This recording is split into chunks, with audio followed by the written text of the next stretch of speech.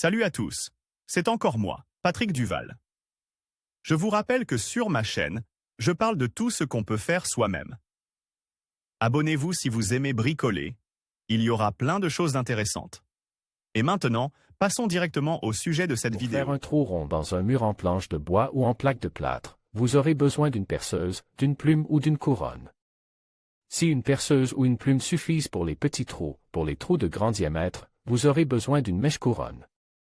Tout le monde ne dispose pas d'une telle perceuse dans son foyer.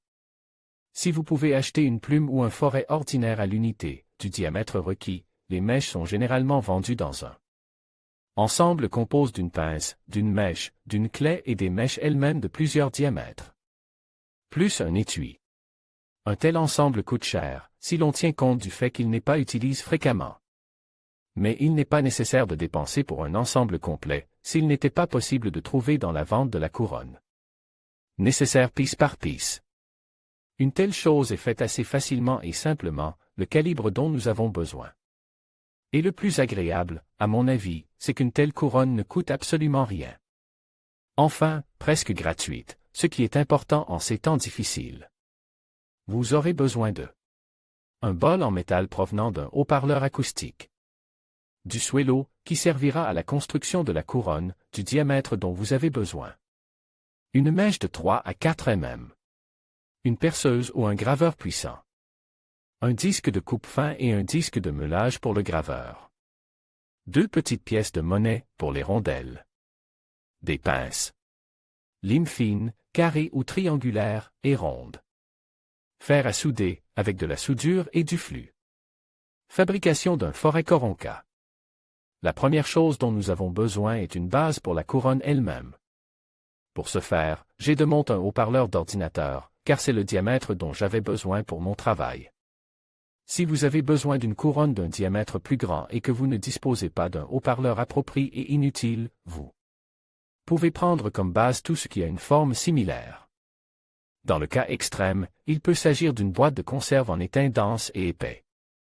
Par exemple, celle-ci, si vous coupez les bords incurves et les dents plus petites, cela conviendra parfaitement. Les boîtes de conserve de ce type sont plus épaisses que les autres, de sorte que les doigts ne peuvent pas se plier.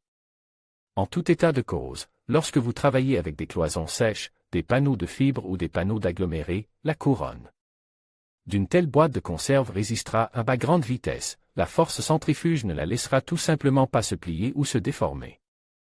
Ainsi, la base a été reprise. Ensuite, il faut déterminer le centre et percer un trou de 3 mm au centre. Ensuite, avec la même mèche, toujours au centre, nous faisons des trous dans 2 petites pièces de monnaie. Réglons maintenant la longueur de la mèche nécessaire pour le forêt. La longueur est calculée de la manière suivante, 1 cm doit dépasser la pointe de la mèche du côté de la coupe, et pas moins d'1 cm du côté du revers, qui sera installé dans la perceuse. Si la mèche est trop longue, coupez l'excédent de la queue. Ensuite, à l'aide d'un graveur et d'une tête de meulage, enlevez quelques millimètres des côtes opposes de la tige. Pour qu'elle ressemble à ceci, il faut maintenant travailler avec une lime, ajuster le trou de la future couronne, sous la tige du forêt. Comme ceci, on procédait de la même manière avec des pièces de monnaie.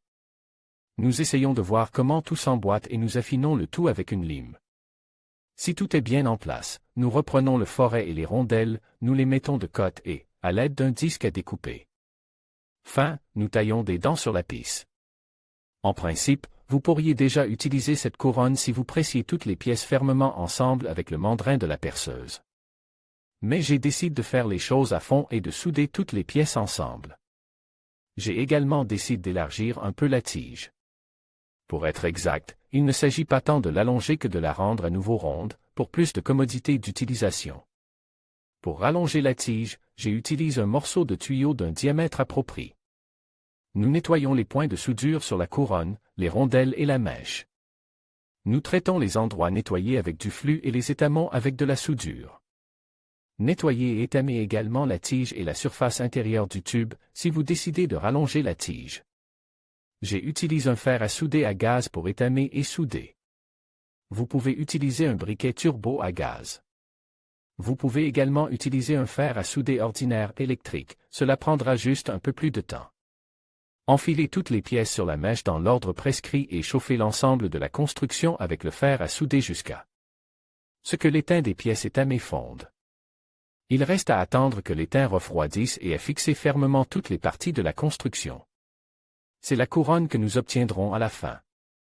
Je vais percer du plastique avec ce forêt, d'une épaisseur de 3 à 4 mm, ce qu'il fait avec succès. Peut-être quelqu'un demandera-t-il s'il ne serait pas plus simple de souder le forêt au forêt? Pourquoi cette danse avec un tambourin? Tout d'abord, tout le monde n'a pas de machine à souder. Pour moi, disons que c'est tout à fait inutile, à de très rares exceptions près, comme dans le cas présent, et qu'il n'est donc pas logique que j'achète ce dispositif coûteux.